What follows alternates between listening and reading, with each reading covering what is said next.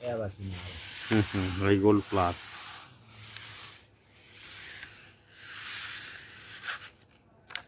দেখি প্যাকেটটা। Hi gold plus potassium humate, humic acid ও পটাশিয়াম সমৃদ্ধ জৈব উজ্জীবক।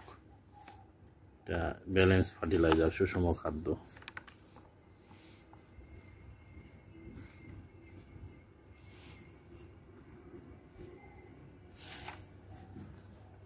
দশ কাঠা মাটির জন্য এটা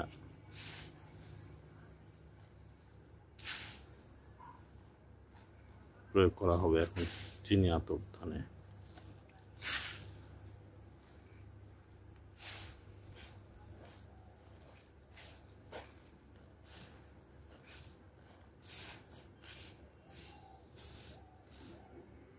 এটা দেওয়ার পরে আমরা এক সপ্তাহ পরে এটার ফলাফল পর্যবেক্ষণ করব, দেখা যাক তখন এটা কি হয়। যেহেতু অতিবৃষ্টির পানি জমে থাকায় জমিটা একটু দুর্বল হয়েছে, এখন আমরা পরীক্ষা করে দেখব এটার ফলাফলটা কেমন। আসসালামু আলাইকুম প্রিয় কৃষিপ্রেমী ভাই ও বোনেরা, আশা করি ভালো আছেন। আজকে 2রা অক্টোবর 2024, আকাশে প্রায় মেঘের ঘনঘটা। কৃষক ভাইয়ের এই জমিতে কিছুদিন আগে যে ফ্লাড অর্থাৎ ভারী বর্ষণ হইল, এখানে পানি জমেছিল এবং এইটার উপর দিয়ে পানিগুলো মাঠের বেরিয়ে ক্যানেলের দিকে গিয়েছে। তার ফলে দেখেন জমির কিছুটা ক্ষতিগ্রস্ত হয়েছে। চারা পুনঃপ্রতিষ্ঠা অথবা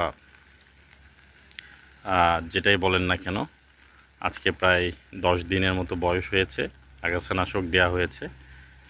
আর এই যে পাশের জমিটা দেখেন, এই জমিটা কিন্তু বেশ উঁচু, এটা কিছুটা ভালো আছে। সকল এই জমির পানিগুলো এই নিচু জমিটা দিয়ে বেরিয়ে গিয়েছে, যার ফলে একটু ইনজুর্ড হয়েছে। তারপরও আজকে গত 2 দিনের তুলনায় কিছুটা মাথা উঁচু করে এই চারাগুলো, এই নিউবর্ন চারাগুলো বেড়ে উঠেছে। আমরা যে আজকে কিছুটা ডিএপি, ইউরিয়া, পটাশ, সালফারের সাথে হিউমিক অ্যাসিড প্রতি বিঘাতে 1 কেজি পরিমাণ সমপরিমাণ দিয়ে আমরা জমিতে প্রয়োগ করছি। আগামী 5 থেকে 7 দিন পরে আমরা রেজাল্টটা পাবো যে এই হিউমিক অ্যাসিড এই চিনি আতপ ধানে কতটুকু কার্যকারিতা বা কতটুকু কার্যকর হয়ে ওঠে, আমরা সেটি দেখতে চাই এবং আপনাদেরকে দেখাতে চাই। জমিটা কিন্তু বেশ চারা প্রায় ভালোই ক্ষতিগ্রস্ত হয়েছে। এই চারাকে আমরা কিভাবে সতেজ সবল করে উঠাবো, তার জন্যই আমরা হিউমিক অ্যাসিড অন্যান্য সারের সাথে মিশ্রণ করে প্রয়োগ করছি। কোম্পানি বলেছে যে বেশ ভালো রেজাল্ট, আমরা সেটা হাতে কলমে দেখতে চাই এবং আপনাদেরকে দেখাতে চাই। বৃষ্টি চলে এসেছে। আজকের মতো ভিডিও এই পর্যন্ত। আশা করি ভালো লাগবে আপনাদের এই ভিডিওটা এবং কাজে লাগবে। ধন্যবাদ সকলকে।